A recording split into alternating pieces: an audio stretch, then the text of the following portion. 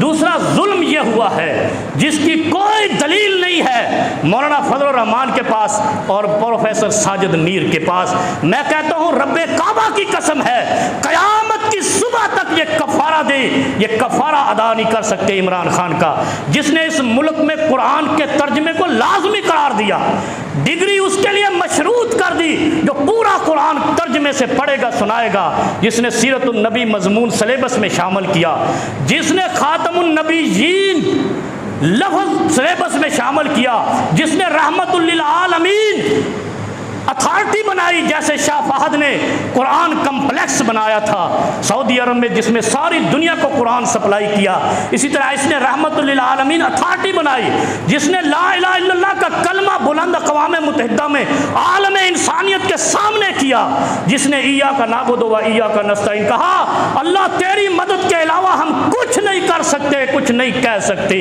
جو اتنا بڑا کام کر گیا، جس نے قرآن ٹیچر بھرتی کی ہے اسکولوں کے اندر.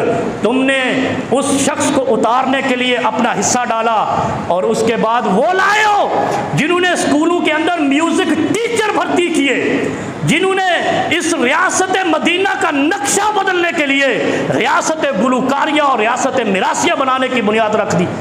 اور پہلے عمران خان نے بات کی کہ پردہ کرو فحاشی ختم ہوگی، یورپ سے لے کر ادھر یورپ کے ایجنٹوں تک چیخے کہ یہ اسلام پرست ہو گیا ہے، دقیانوس ہو گیا ہے، پتہ نہیں کیا کیا بنیاد پرست ہو گیا ہے. اس نے صرف کہا تھا پردہ کرو، عریانی اور فحاشی کے خاتمے کا صرف یہی ذریعہ ہے. نتیجہ کیا نکلا؟ انہوں نے 16 ماہ کی حکومت میں آ کر بل پاس کیا، ہر چھوٹے شہر بڑے شہر کے اندر سینما بنائیں گے. جب وہاں بھی ان کی پوری نہیں پڑی تو ہر گھر کے اندر انہوں نے سینما بنا دیا ہے. ہر گاؤں کے اسکول میں، سرکاری اسکول کے اندر انہوں نے کہا میوزک ٹیچر بھرتی ہوگا.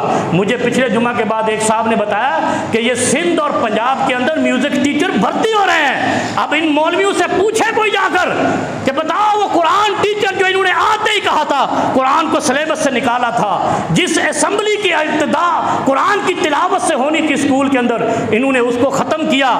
سینما ہر شہر میں کہا، اب ہر گاؤں میں سینما لے کر چلے گئے ہیں. تو اس کا مطلب ہے تم قیامت کی صبح تک بھی کفارہ دیتے رہو، رب کبریا کی قسم ہے تم وہ کفارہ ادا نہیں کر سکتے کہ تم نے ریاست مدینہ اور قرآن کی ترویج کے آگے رکاوٹ بن کر کھڑے ہوئے ہو اور کنجروں اور میراثیوں اور گلوکاروں کو اس قوم پر مسلط کیا.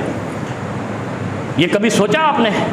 یہ ہلکی بات نہیں ہے، یہ کفارہ دینا پڑے گا، ورنہ ہمارا حساب وہ ہوگا کہ اللہ، جو آپ دیکھو تو صحیح، عالم اسلام کے کسی ملک کے اندر اسکول میں میوزک ٹیچر بھرتی نہیں کیے جاتے. یہ پاکستان واحد ملک ہے اور ہم اسلامی جمہوریہ پاکستان ہے.